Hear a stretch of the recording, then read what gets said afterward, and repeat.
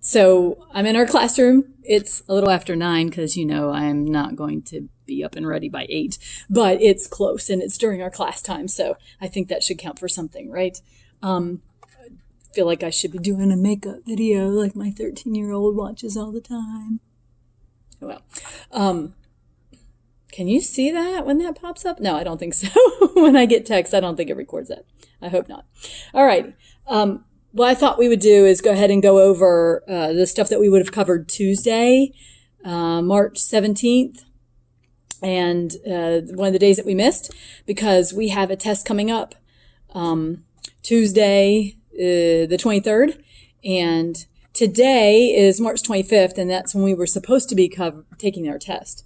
So I wanted to go ahead and do what we would have covered on Tuesday. And we're in teenagers, and teenagers are a lot of fun, and I'm so sorry we have to miss teenagers being together, and early adults, and possibly middle adults and late adulthood, all the rest of it, because this is the age you're at right now, and so it'll be most interesting to you. And so it's a bummer that we can't be together for it, but I'm sure you'll find at least the textbook interesting, and you'll be more likely to read it than maybe you would have with the littler kids. Anyway, last time we were together, we did some of the physical stuff of adolescence, and we talked about the puberty, the fact that we're going through puberty earlier than we used to, and that we rate the timing of puberty based on a girl's first period, which is called a menarche. I've heard it pronounced both ways. And so it's just an easy, definitive time to say that's when puberty started. And even though really it starts earlier than that, a girl's first period is usually one of the last things to develop during puberty. And that's something that we didn't talk about on Thursday that I want to make sure you see in the notes. And I'm putting them in today. It's the order of changes that happen typically, but I'll get to that in a minute. So the average age of puberty for today is around 12 and a half, and back in 1900 it was 14. But anywhere between 9 and 15 is considered normal for a girl to have her first period and for puberty to begin. Now, girls start 2 years earlier than guys on average. They usually start going through around 9, and guys somewhere around 11. And then we talked about early and late bloomers. And of course, we have exceptions, right? Or we have people who are earlier on that spectrum and then later on that spectrum. And we looked at the characteristics that they have later in life. And it seemed to be better to be a late girl instead of an early girl, because those early girls hang out with older kids and do things at a younger age, get into ornery stuff that then propels them to have more troubles younger. So we looked at those characteristics versus late girls. But it seems to be more of a mixed bag for guys.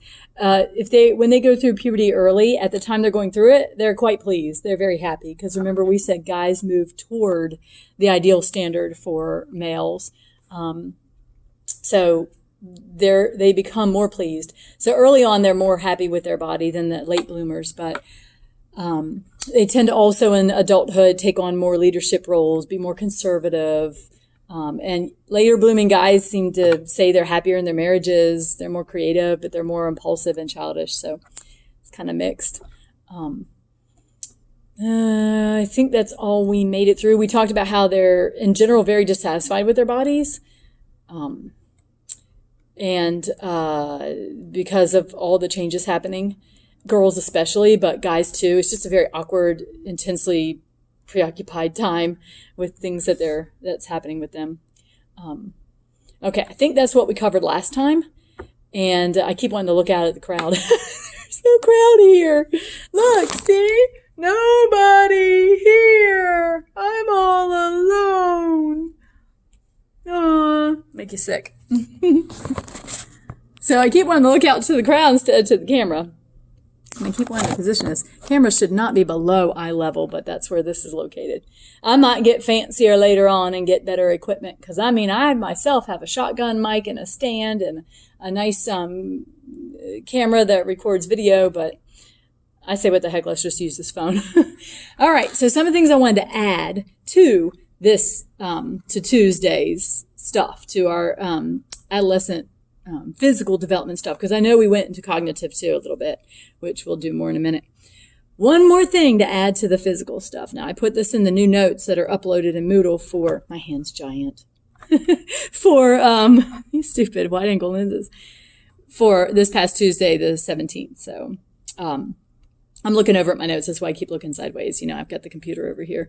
I'm going to try to stop. I need to put the notes in front of me. I need to probably sit in a different way. No, anyway, the order of development for boys and girls going through puberty. I think it's helpful if you've got a kid in the stage to know what happens first, what's second, what's third. Typically that way, when they're experiencing these things, you can help them feel normal and know what to expect.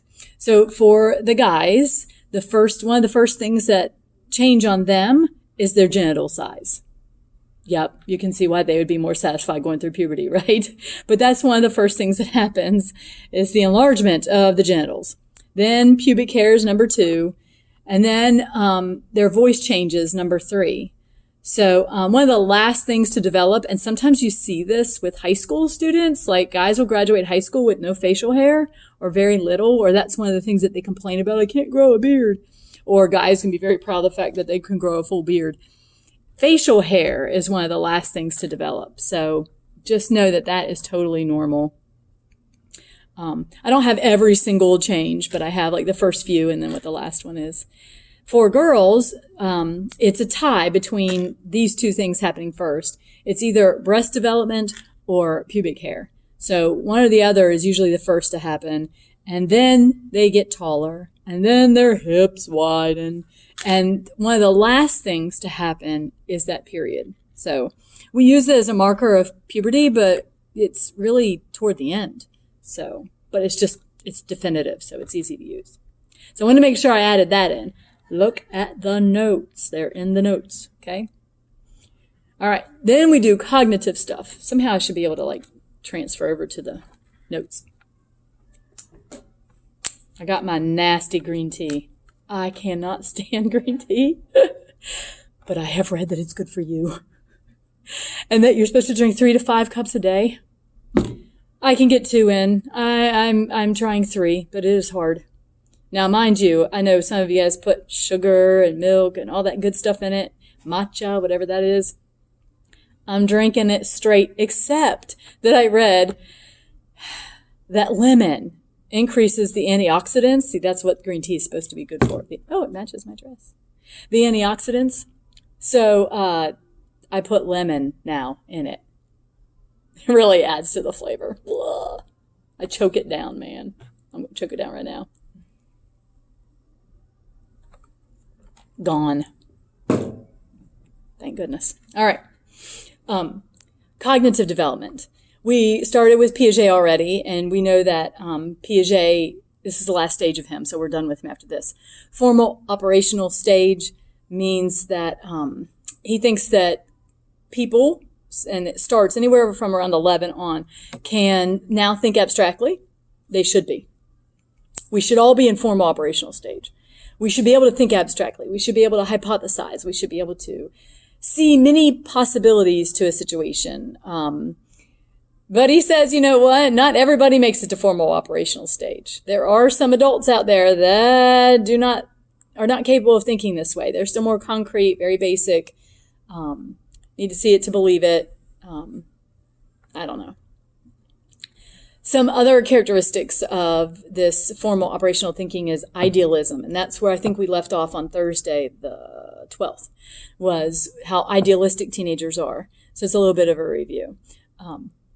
They compare themselves to ideal standards, other people to ideal standards. That's what they think is really the cause of conflict.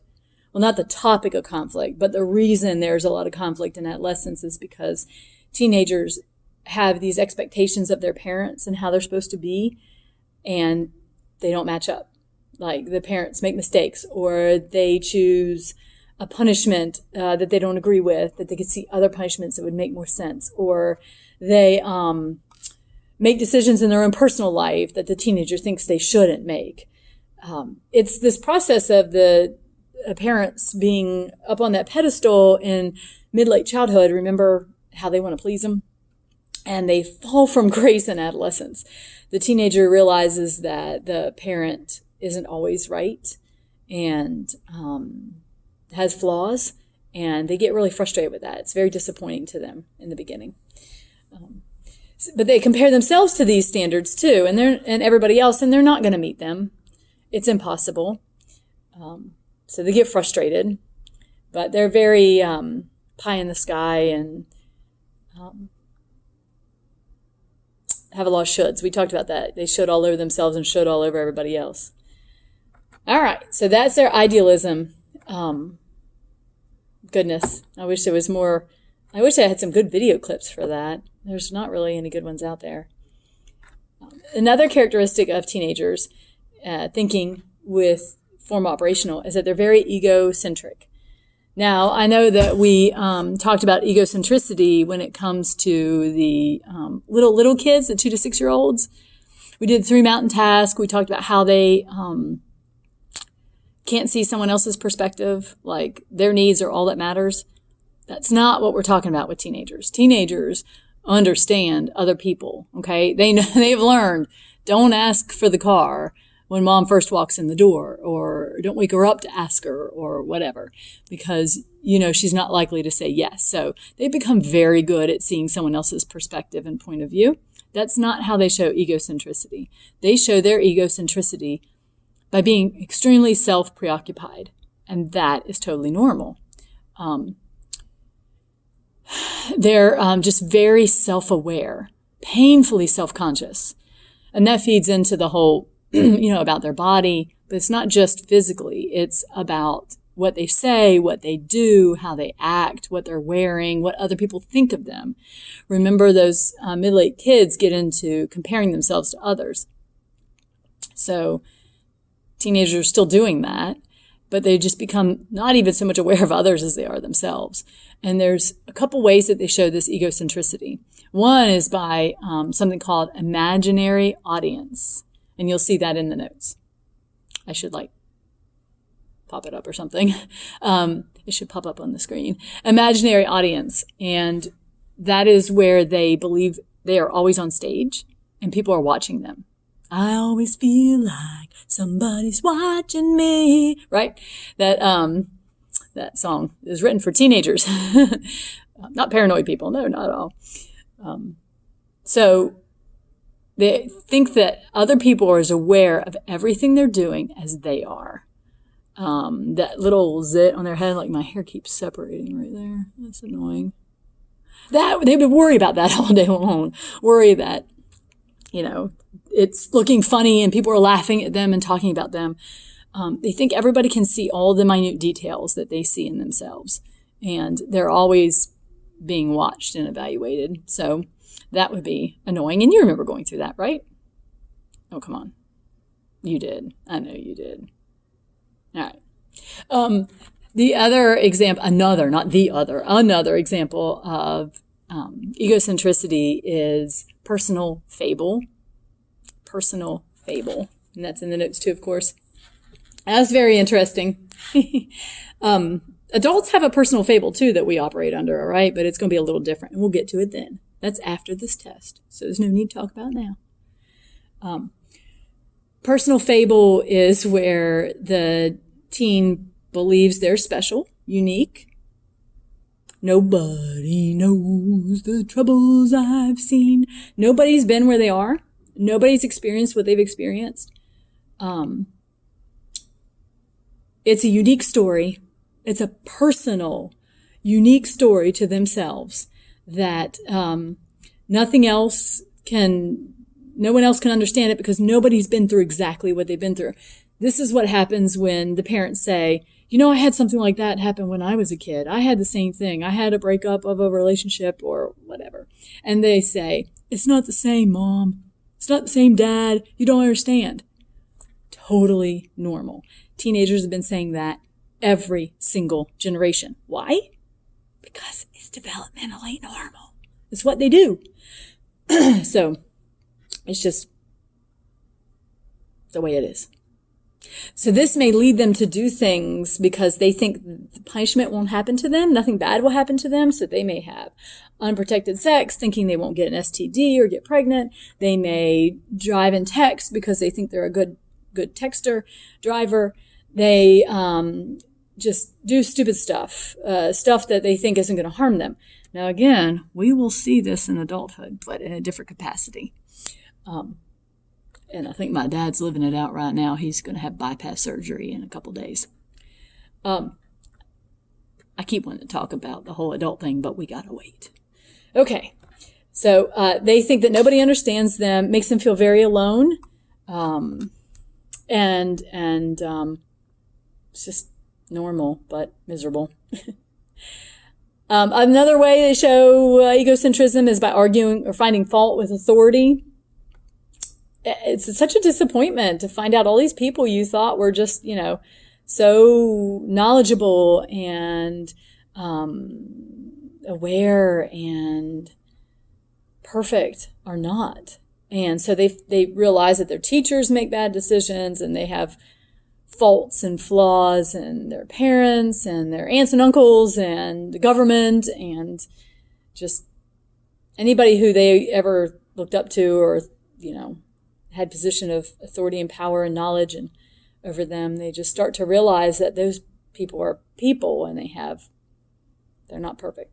So they're argumentative, and that comes in too with their ability to take all these different perspectives and sides. They are they're good debaters. If you look at debate teams, it's not very often that adults debate stuff. They just kind of like move on because they got other things to do. They're too busy. But teenagers, oh yeah, it's like their brains have turned on for the first time, and they love to debate and have discussions and about different sides, ways of seeing things, perspectives. They're hypocrites, so that goes into their idealism. They, sounds like a bad list. It's not a bad list. It's just typical. It's just normal. Okay. They say one thing and then act another. You know what I'm saying, ladies. They'll say, so-and-so talks about somebody, but that's what they're doing. And it's, a lot about that they can't live up to the own standards that they have. So it's impossible. So they end up doing the things that they're going, that's wrong, shouldn't do that, should be this way, and they do it themselves.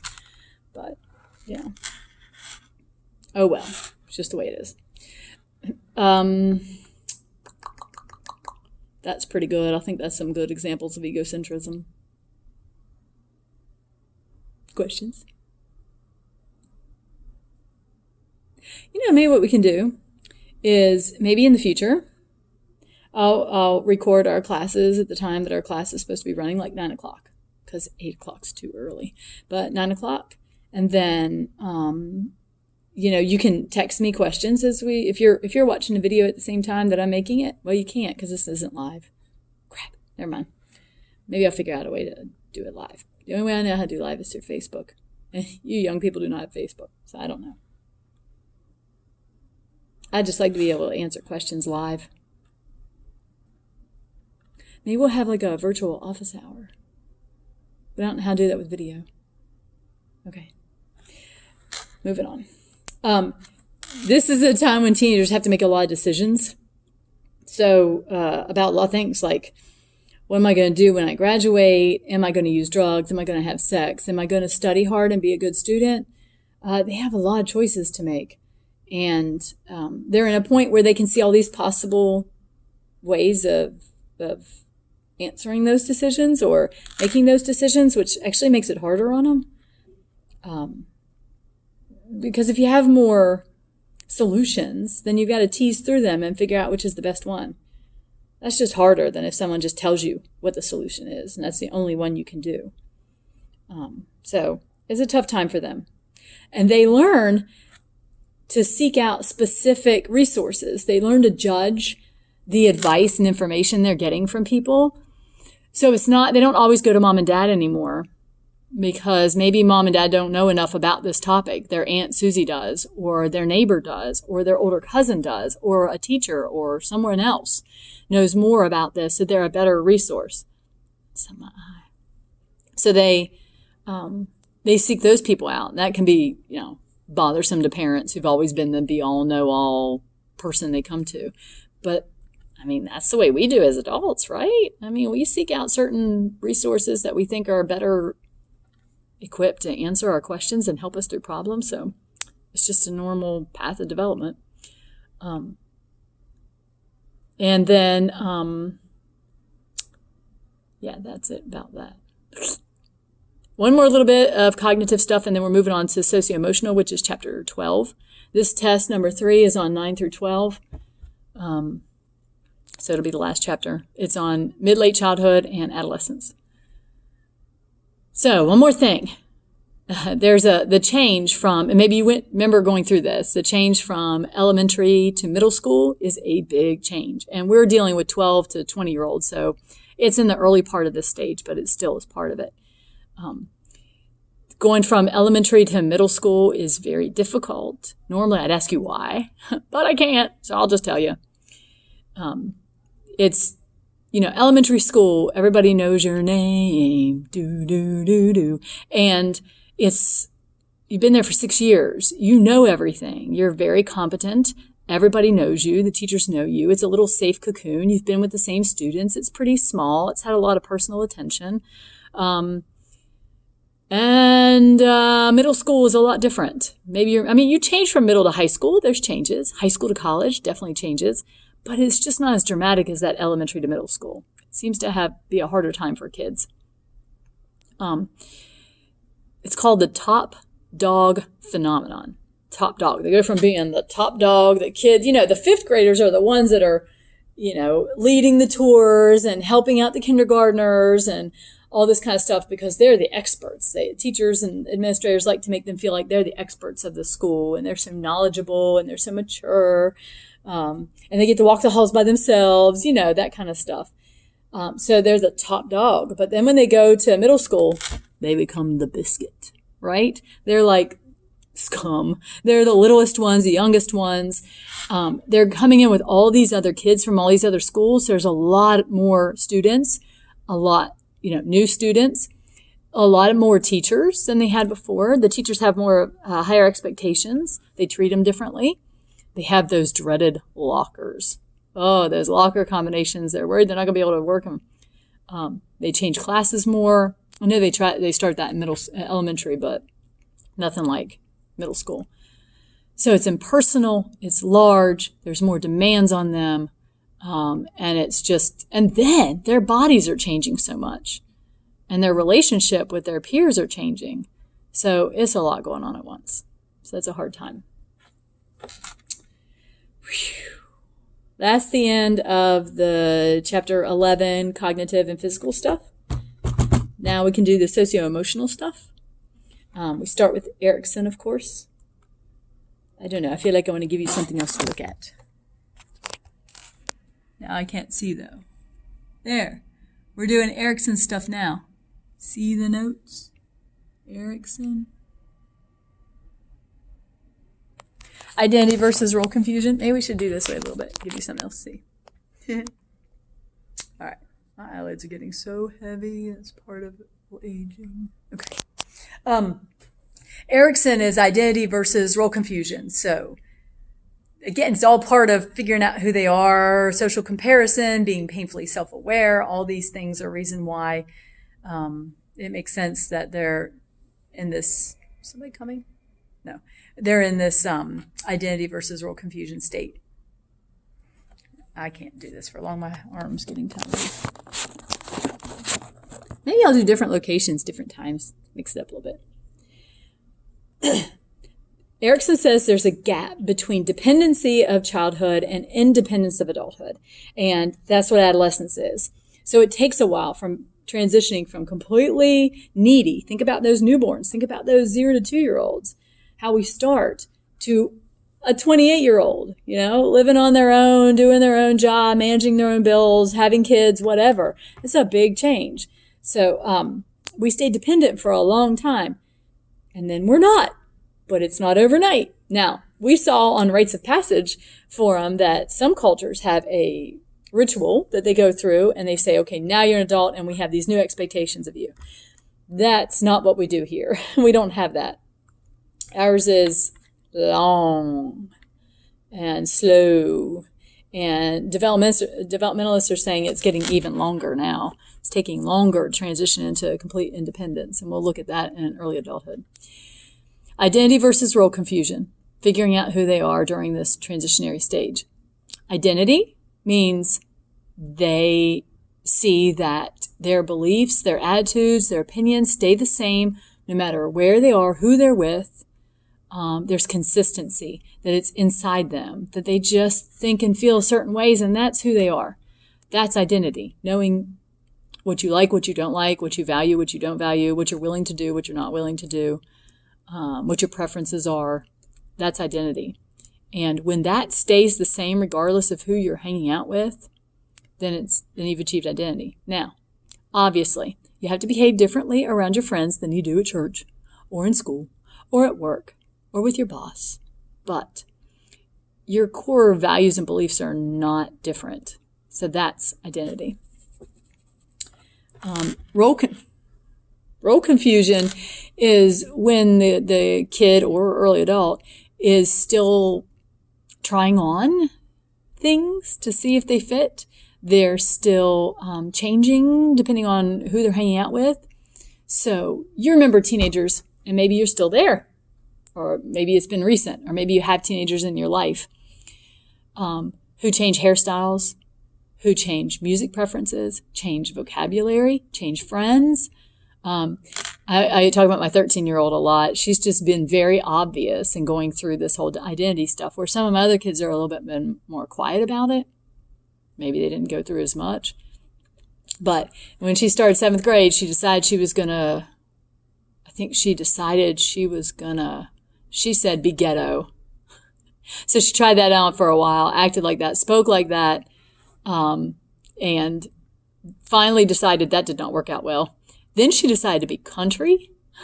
So she got like camo Crocs and light trucks, and I don't think she really felt that was a good fit. I mean, she comes from a very average middle-class family, so we're not really into country. We're not really into anything, probably athletics, if anything. But so that didn't seem to fit her. And I think right now she's kind of in between, not quite sure, which is a painful position to be in. Role confusion is painful. It's better if you have some sort of identity and then stick to it. It's just easier. It's like making a decision and sticking with it versus looking at other options after you've already chosen. That's harder. So some kids try out different roles and you see them go through it, like my kid. She had blue hair and she had black hair. She's done all kinds of things. Wear makeup different ways, clothing styles, like I said, vocabulary, all that stuff. Some kids go through that. Some kids just kind of pick an identity pretty quickly and stick to it. Some kids, their family life has already kind of set the identity that's expected. Maybe they're very religious. Maybe their parents are preacher people. And so it's expected they're going to be very religious.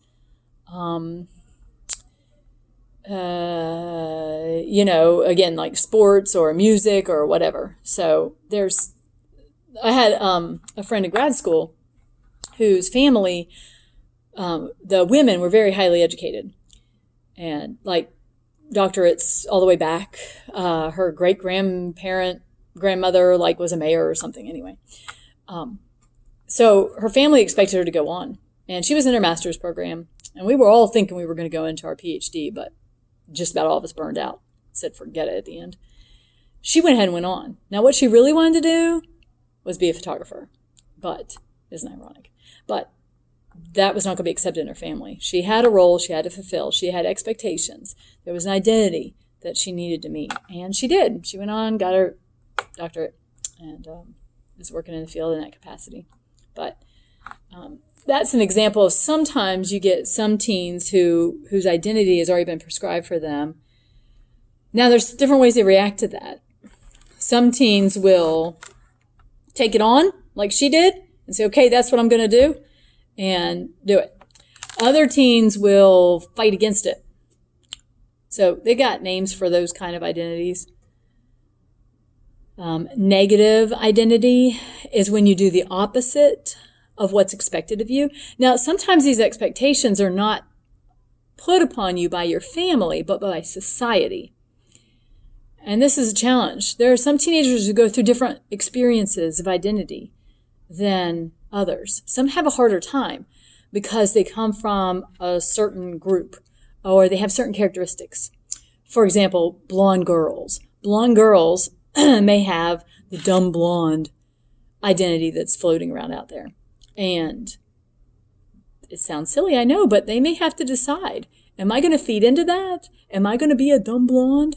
Or am I going to be the opposite and super smart? Or am I just going to be me, whatever me is? That's just an extra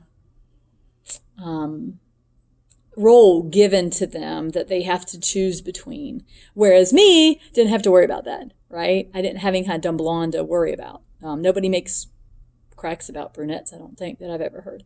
So I didn't have that to think of, to hear in my life, a dumb blonde. Anytime I did something stupid, I didn't hear, oh, it's your blonde hair is causing it.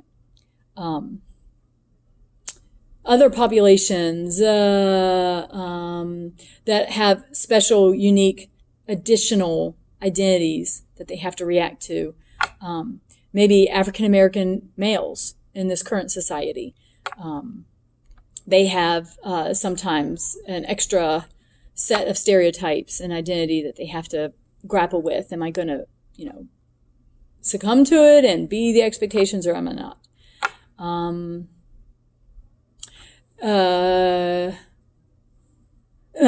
Asian, maybe kids from Asian descent.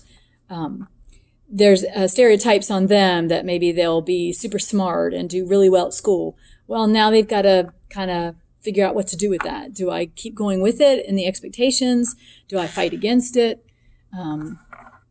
So there are certain populations of teenagers that have it a little bit more difficult or challenging. I'm trying to sneeze.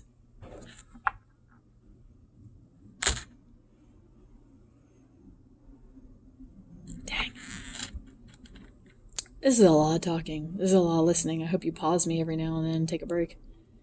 But really, we've only been through 32 minutes. It's not that long. Whew. I'm exhausted. So just know that, some teenagers have it harder than others. They can either beat them or join them, right? Moving my notes along, make sure I don't fade.